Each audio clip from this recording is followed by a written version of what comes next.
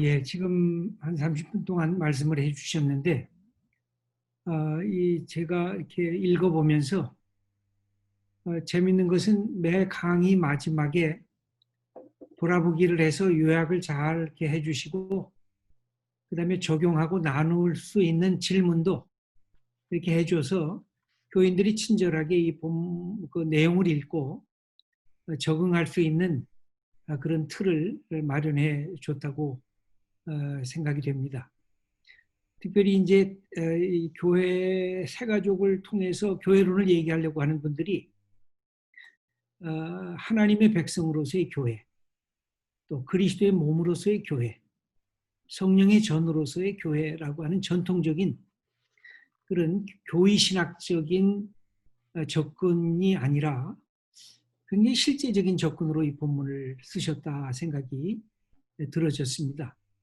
그래서 이 챕터가 7개인데 관계, 믿음, 하나됨, 성장, 동행, 선교적 삶, 그리고 섬김, 이런 주제를 이렇게 뽑았을 때 이게 전통적인 교회론하고는 조금 달리 더 실제적인 교회 공동체, 그래서 재밌는 그 전치사가 3가지가 나오더라고요. 예. With us, 예. 우리와 함께 계신 하나님. 예. Through us, 예. 우리를 통해서 하나님이 원하시는 일을 하고자 하시는 하나님. 예. 그 다음에 for us, 우리를 위해서 일하신 하나님. 그래서 예. for us, through us, with us. 그래서 시작 자체가 관계적, 그러니까 예. 함께 하는 것이 구원이고 함께 있지 않는 것이 구원으로부터 떨어지는 거다. 그래서 교회 공동체가 하나됨, 함께 있음에 대해서 이게 소중한 그 관계성을 경험하는 게 교회 공동체의 시작이다라고 하는 말씀을 해주셨는데, 이렇게 접근하신 특별한 경험이나 교회론을 생각하면서 가지셨던 이유가 있으셨는가? 한번 조금 더 포괄적인 질문을 해보면서 그 다음 질문을 이렇게 연결하고 토론하는 시간을 좀 갖도록 하겠습니다. 예. 그 자료는 뭐 다 아시다시피 성경이고요.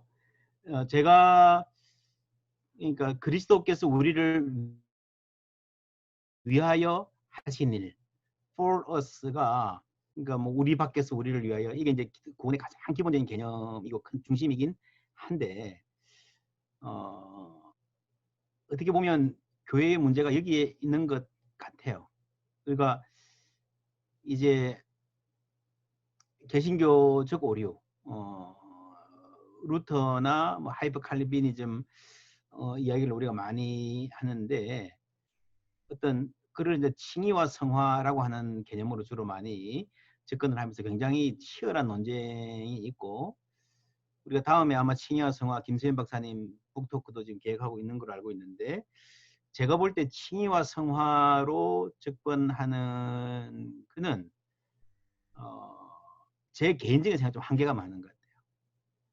오히려 복음서와 바울서 시인을 함께 아우르는 가장 중요한, 구약까지 아우르는 그 구원의 개념은 하나님이 우리를 위해서 무엇을 하시는가 라고 하는, 그러니까 마태복음 1장에 나오는 자기 백성을 저희 죄에서 구원할 자이심이라는 예수라는 이름하고, 하나님 우리와 함께 계신다는 임마누엘이라는 이름하고 두 개 같이 나오잖아요. 이게 for us, with us 라고 하는, 사귐이라고 하는, with us는 요한신학 전체를 아우르는 저가 내 안에 내가 저 안에 라고 하는 성경에 굉장히 중요한 예수님과 함께 하는 게 있고, 그래서 성화 이러면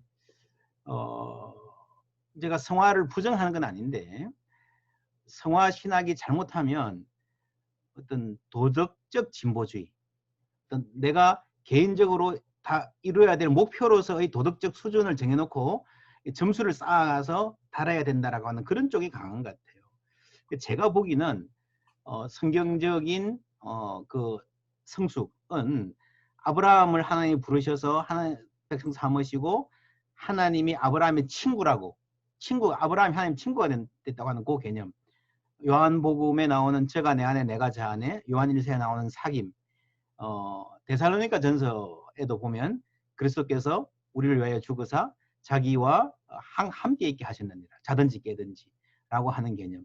예수님이 제자를 부르실 때도 마가복음에 보면은 1, 2, 3 중에 자기와 함께 있게 하시고 하는 게 처음이었고, 성경적으로 보면 하나님과 함께 한다는 게 로마서도 5장에서 8장까지는 하나님과 함께라는 개념이 굉장히 강하고, 누가 우리를 그리스도 예수 안에 있는 하나님의 사랑에서 끊으리요 라고 하는 그 점에서 우리가 놓칠 수 없는, 그러니까 하나님과 함께, 저는 그래서 일상을 중요하게 생각하는 그런 개념인데요. 하나님과 함께 하다 보면 자연히 하나님 그리스도를 닮을 수밖에 없다. 이런 저름에서 내가 성화되어서 어떻게 나은 사람이 되어보자 하는 것보다는 하나님과 함께하는 삶을 강조해서 그 결과로서의 성화가 주어진다고 생각하고요.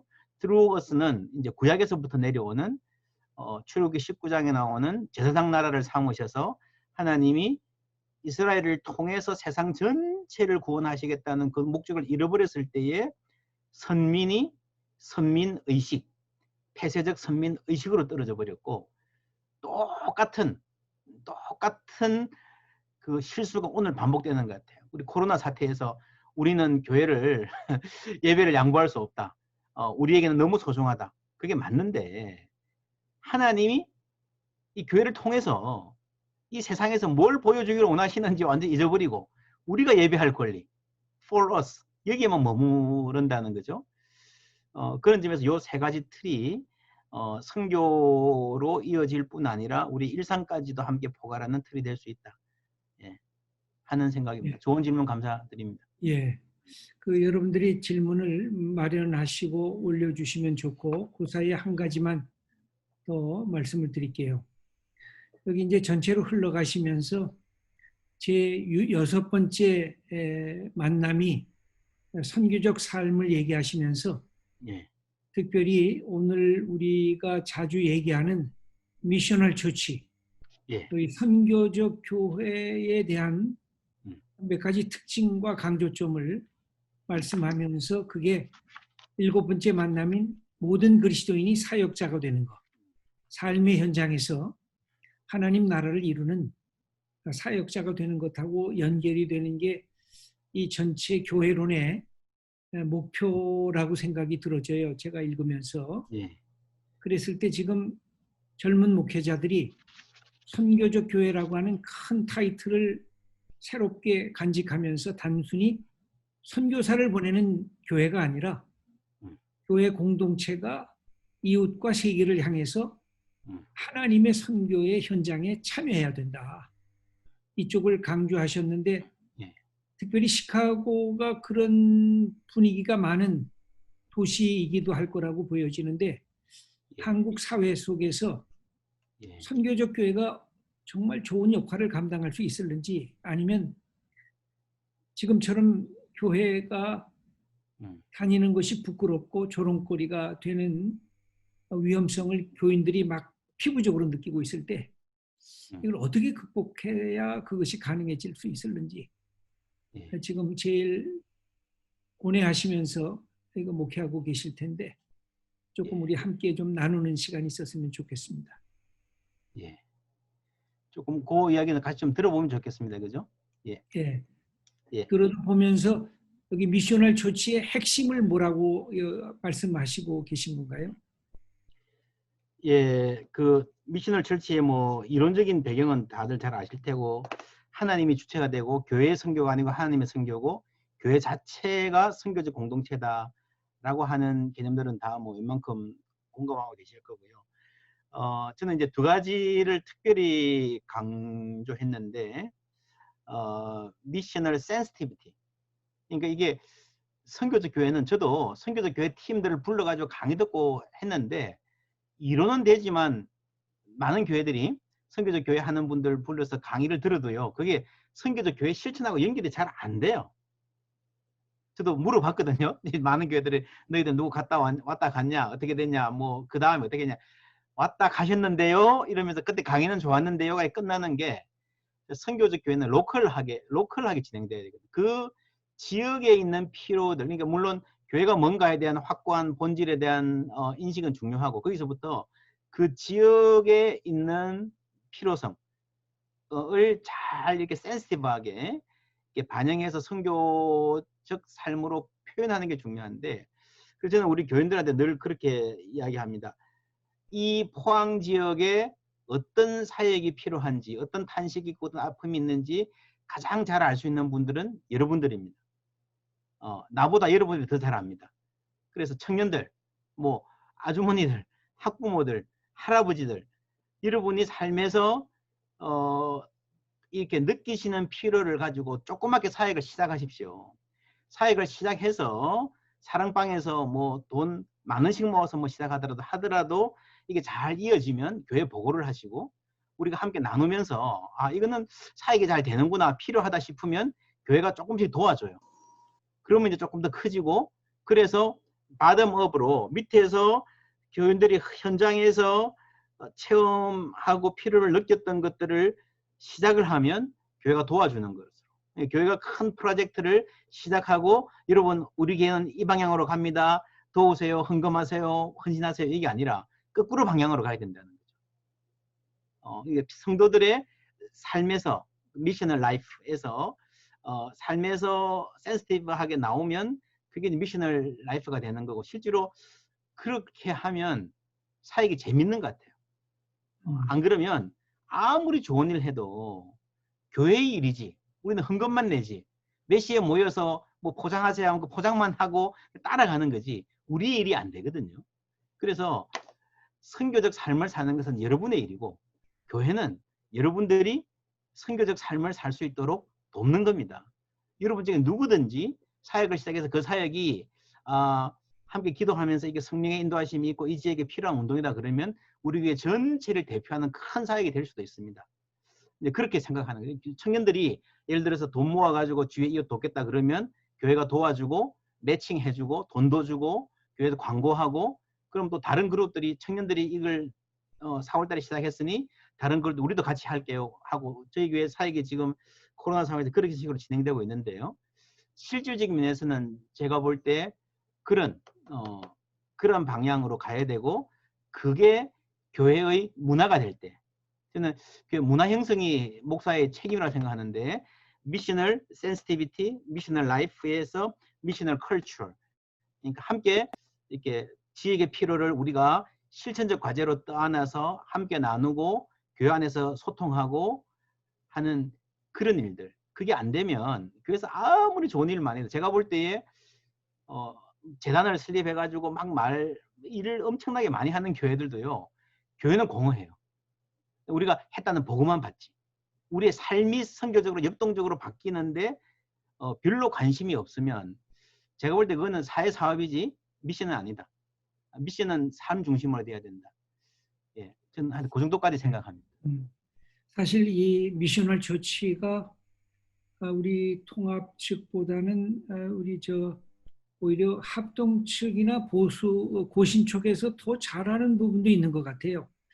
혹시 아까 박진수 목사님 수영로 교회가 부산에서 귀한 목회 사역을 감당하는 그 교회인데, 이런 교회론적으로 이웃, 그러니까 부산이라고 하는 거대의 도시의 한복판에서 그런 선교적 이 자리를 실제로 마련하고 있는 부분이 옆에서 지켜보실 때 어떻습니까?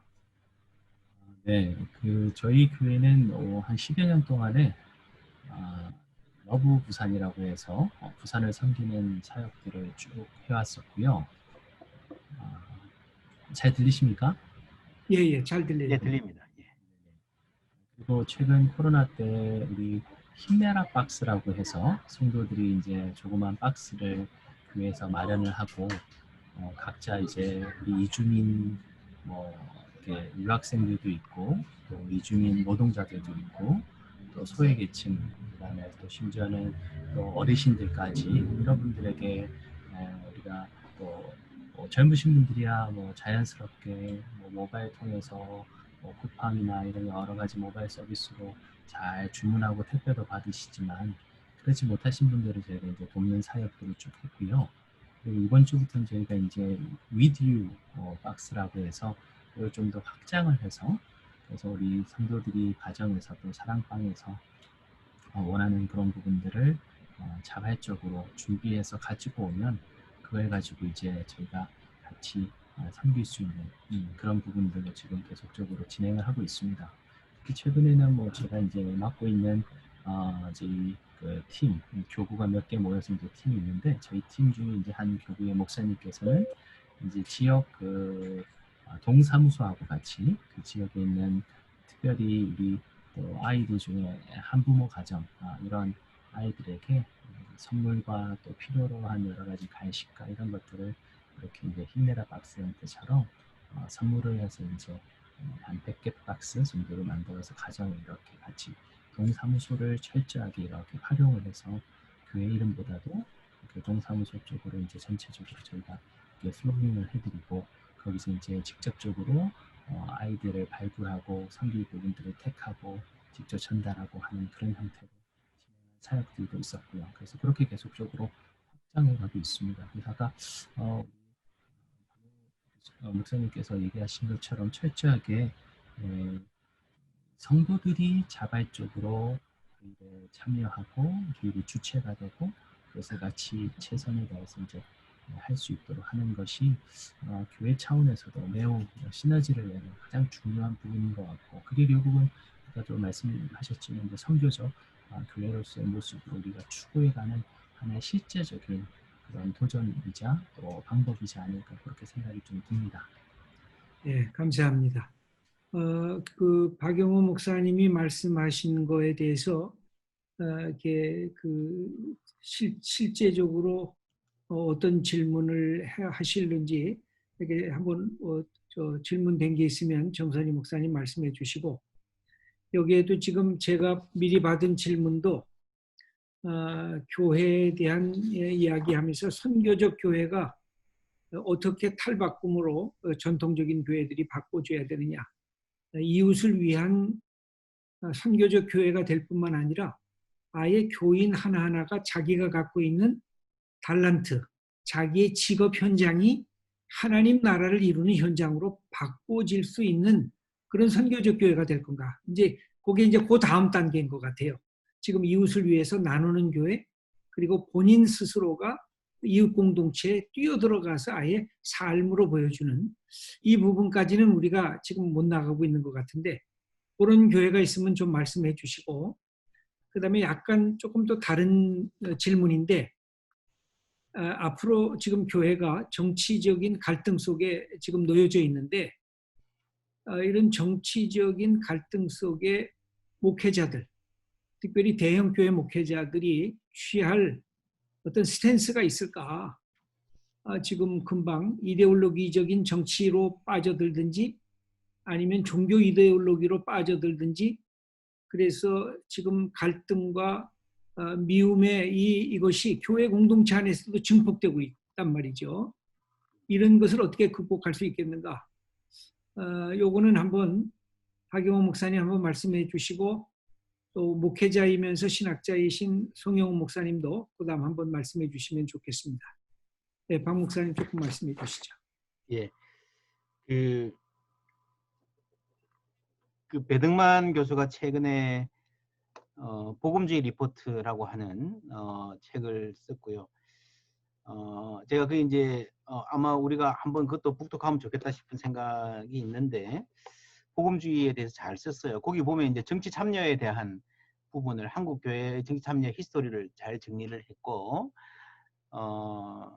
이제 7, 80년대 독재 시대는 진보적 기독교인들이 과감하게 정치 참여 목소리를 냈고 보수적 교회는 정교 분리의 원칙을 철저하게 하면서 교회는 복음만 전해야 된다라고 하는 이야기를 했는데 이게 이제 완전히 바뀐 거죠. 노무현 정부 때 사학법 반대 투쟁부터 시작해서 그다음에 이명박 대통령 만들기 이렇게 하면서 이제 정말 그러니까 한국 교회는 신학적 뿌리가 없는 것 같아요. 신학적으로 내가 지난달까지 말했던 걸 완전히 뒤집을 수 있는 하여튼 굉장히 한국 사회가 실용적인 사회 같고요.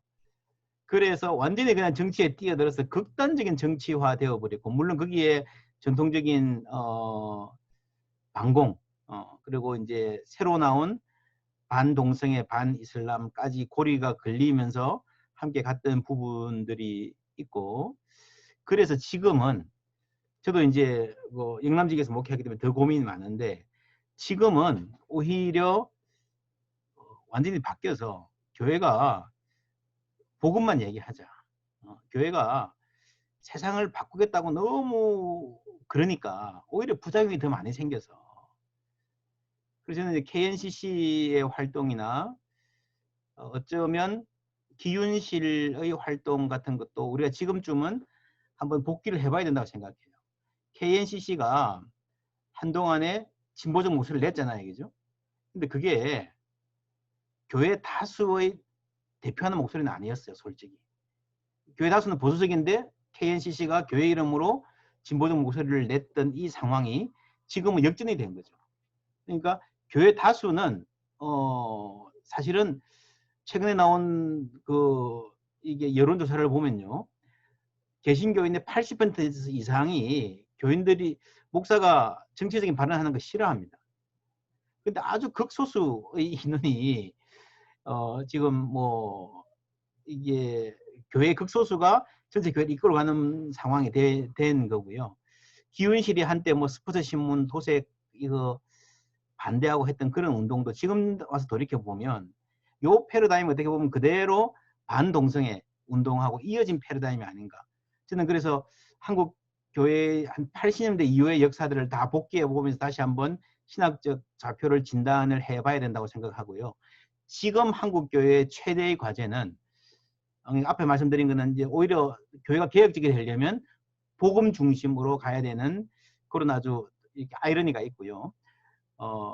가장 중요한 포인트는 장로교 중심으로 볼 때에 대의 정치가 실종이 된 거죠. 교인의 대다수는 목사가 정치적인 발언을 하는 걸 싫어하는데, 아주 극소수의 교회 내 소수 그룹이 교회를 주도권을 잡고 있으면서 정치적 교회로 몰고 가는 백그라운드가 되는 기현상. 그러니까 교회가 아주 극단적인 정치화되면서 진짜 의식 있는 젊은이들은 고민을 하거나 빠져나가거나 이렇게 되는 현상이 결국에는 교회 내의 정치의 부재, 바른 정치의 부재, 코이노니아의 부재, 당회라고 하는 기관의 대의적 기능의 실종.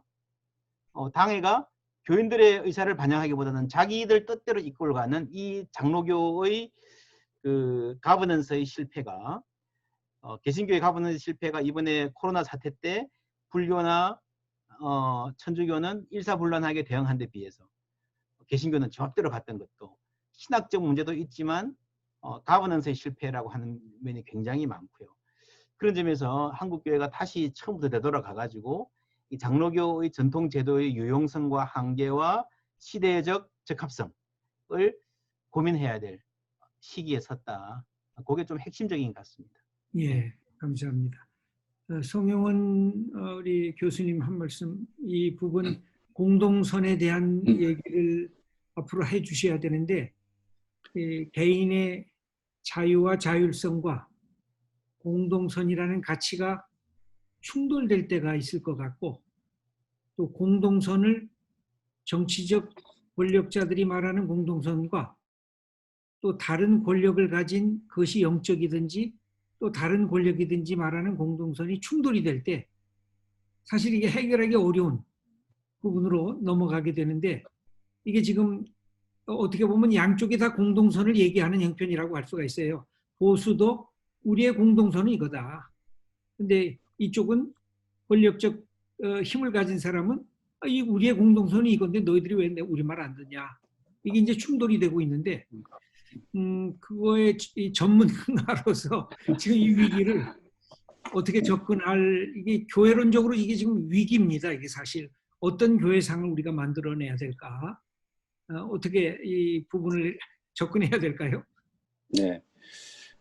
이제 아까 기훈실 말씀을 좀 하셨는데요. 저도 지금 기훈실에서 좋은 나무라는 목회자를 위한 뉴스레터 편집위원으로 섬기고 이렇게 회의도 해보는데요. 제가 기훈실에 계신 분들한테는 늘 좀 그런 말을 합니다. 원래 손봉호 장로님께서 좌충우도를 얘기하셨더라고요. 그러니까 우리 교회는 하나님 나라 운동하는 분들은 좌나 우에 치우치거나 어디 뭐 진영으로 들어가지 말고 뭐 좌하고도 좀 부딪히고 우하고도 좀 부딪히고 좌충우돌을 하면서 성경과 하나님 나라의 기준을 지키면서 좌충우돌을 해야 된다.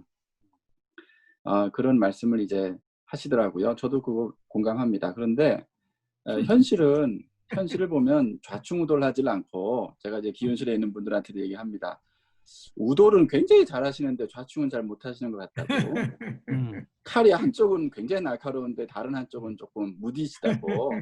그래서 양쪽 다 해야 된다고. 오히려 저는 이제 우파적인 그런 경향성을 갖고 있는 목회자들은 좌충을 굉장히 잘하죠. 그리고 반대도 마찬가지입니다. 그런데 지금 이제 우리가 이제 한 가지 알아야 될 것은 어쨌든 우리나라는 보수 진영이 됐던 진보 진영이 됐던 다 정권을 이제 잡아본 적도 있고 또 지금 잡고 있다는 거죠. 그리고 아무래도 이 정치라고 하는 것은 현실적으로 권력 획득을 가장 중요하게 생각하고 기업 같은 경우는 뭐 기업의 이윤이 굉장히 중요한 부분 아니겠습니까? 물론 그 이상의 이제 정치도 모든 사람의 어떤 국립민복을 위해서 한다라는 더 고차원의 목표는 있지만 어쨌든 이제 수단이 있어야 되기 때문에 이제 권력을 추구하든지 뭐 기업은 이윤을 추구하든지. 근데 결과적으로 인간은 죄성이 있기 때문에 그 권력과 이윤에 중독이 되거나 아니면 거기에 매몰될 수밖에 없는 것입니다. 그런데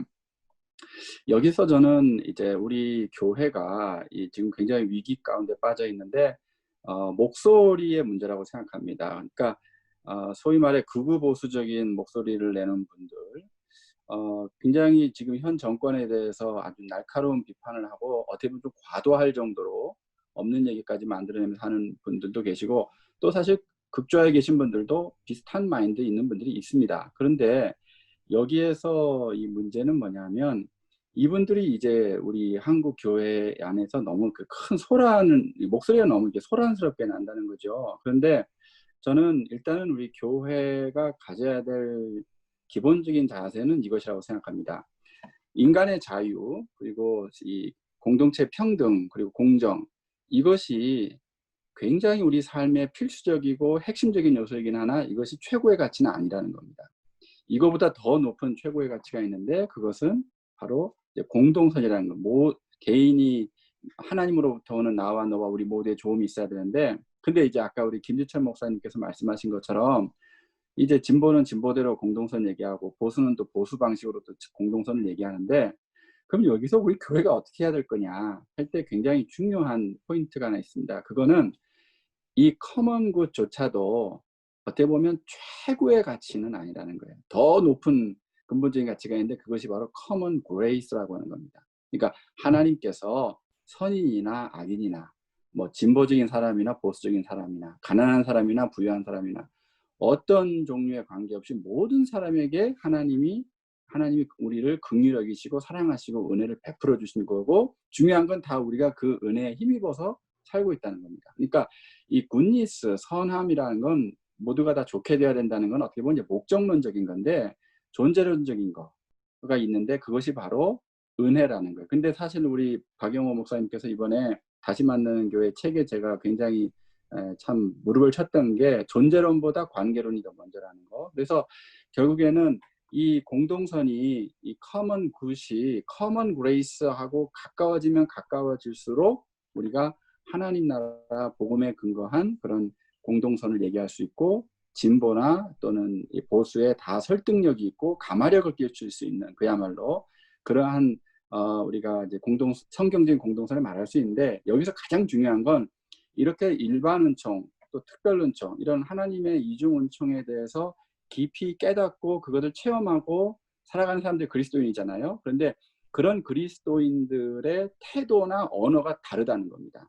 일단은 진보가 됐건 보수가 됐건 자기 주장을 합니다. 그리고 상대방을 이제 어떻게 보면 룩다운 하는 것도 있고 어쨌든 자기 목소리를 내는 게 있고 자기 주장이 먼저 관철돼야 되는 것이 일단 우선입니다. 그런데 우리 하나님 나라 공동선, 이 커먼 그레이스, 일반 은총의 이 영향을 그걸 깊이 깨달은 사람들은 기본적으로 우리는 아무것도 아니다. 모든 게 다 하나님께로 왔다는 그런 생각이 있어서 특별히 하나님이 이 모든 어떤 사람에게도 선이든 악이든 하나님이 다 은혜를 주시고 누구에게나 하나님의 형상이 다 있다라는 그걸 알기 때문에 그러한 상황에서 우리가 취해야 될 대목은 뭐냐면 상대방을 일단은 나와 생각이 달라도 존중해 주는 거예요. 배려해 주고 경청해 주고 내 의견을 먼저 얘기하기보다는 일단 먼저 좀 들어주고 그리고 완전한 합의가 되지 않더라도 그래도 어느 정도 서로 이제 필요한 현실적인 어떤 합의와 존중을 이제 차곡차곡 단계적으로 아까 우리 박영호 목사님 중요한 얘기 하셨잖아요. 한 사람이 10걸음 가는 것보다 10사람이 한 걸음 가는 이제 그것이 아주 중요한 포인트거든요. 그래서 지금 이 사회에 세상적으로 보수와 진보는 권력 쟁취와 이 권력 다툼이 어마어마합니다. 그런데 우리가 얘기하는 공동체, 우리가 무슨 교회가 이 세상에서 세상 권력 가지려고 우리가 교회 세운 거 아니지 않습니까? 그러니까 우리는 어떻게 보면 예수님 말씀처럼 모든 사람 중에 가장 낮아지는 걸 선택하기 때문에 교회가 정말 그러한 하나님 나라 공동선을 선택하고 좌충우돌보다도 어떻게 보면은 진보에게도 가마력을 줄 수 있고 또 보수인 분들에게도 가마력을 줄 수 있으려면 그분들 모두가 우리가 그래도 교회는 우리를 사랑해 주는구나, 교회는 우리를 이해해 주는구나, 아니 교회는 우리 말을 좀 들어주려고 하는구나라는 그런 목소리를 이제 시민사회에서 교회를 향해서 좀 그런 마음을 갖게 될 수 있도록 우리 목사님들이 저는 열심히 좀 이제 좀 변화돼야 된다고 생각합니다. 대답이 잘 됐는지 모르겠습니다. 예, 이제 결과적으로 이게 우리 목회자들에게 문제가 있네요. 이게 네, 왜 그러냐면 실제적으로 자기 주장을 하는 사람들의 이 목소리가 그래서 편가름을 하는 사람들의 목소리가 힘 있는 자들이 하면 권력이 있는 사람들, 정치적 권력이 있는 사람들이 먼저 주장하고 영적인 권력이 있는 사람이 먼저 주장하기 시작하면 미움과 갈등이 멈춰설 수가 없습니다. 근데 지금은 정치 권력자들과 영적 권력자들이 지금 충돌하면서 그게 교회 공동체의 아픔으로 이게 함께 내려오고 있는데 이 점에서 교회 지도자들이 진정한 하나님의 은혜와 사랑과 편가름이 아니라 우리가 함께 가야 할 공동체의 한 부분인 것을 서로가 확인하지 아니하면 제가 볼 땐 이게 부딪혀서 어느 순간에 깨지거든요. 근데 누가 먼저 깨지냐? 장기적으로는 영적인 사람들이 승리를 하겠지만 단기적으로는 영적인 권력자들이 먼저 깨지게 되어 있습니다. 그게 지금 한국교회가 지금 당하고 있는 아픔이라고 생각이 들어지는데 이 점을 우리가 자각하지 않으면 영적 지도자들이 이 교회적으로 자각하지 않으면 우리가 주장하는 것에 의해서 우리가 망가질 수 있는 그 위험성이 있어서 사실 이론적이고 방향적인 해결책은 지금 송 목사님이 말씀하신 것이 저는 옳다고 보여지는데 현실적으로 너무 달라가지고 우리가 너무 아픔을 경험하고 있는 것 같습니다. 이런 주제도 좋고 혹 더 우리 정 목사님에게 들어온 질문이 있습니까? 네, 저 채팅창을 통해서 우리 박진수 목사님께서 질문을 주셨는데요. 아까 말씀하셨던 분인 것 같아요. 지금 잠깐 자리에 안 계신 것 같아요. 제가 읽어드릴까요, 목사님? 예. 제가 봤습니다. 저 선교적 교회. 네, 맞습니다. 예, 읽었습니다. 예, 다 보시죠, 그죠? 보고 계시죠? 뭐 이렇게 제가 정리하면 선교적 교회론을 잘 정리가 된 것 같은데 이거를 새가족반에서 할 수 있겠느냐, 의미가 있겠느냐라고 하는데 제가 보기에는 접점이 있을 것 같아요. 어떤 접점이 제가 이제 물론 이제 이걸 우리 교회 와서 우리 교회 전체 성도들, 기존 성도들 대상으로 하고 했기 때문에 조금은 이게 새가족보다는 기존의 교인들한테 우리가 이런 교회를 만들어 갑시다라고 하는 비전 대시에도 있기 때문에 그런 면이 있지만 이제 제가 이 책 182, 183에서 그림을 예를 들면 그렸는데 교회 선교라고 그러면 교회 안에 예배, 교육, 선교, 봉사, 뭐 친교 이렇게 있고 그 중에 하나가 선교인데 하나님의 선교라 그러면 하나님이 하시는 많은 큰 일이 있고 그 중에 아주 중요한 하지만 전부는 아닌 교회가 있고 그 가정도 있고 학교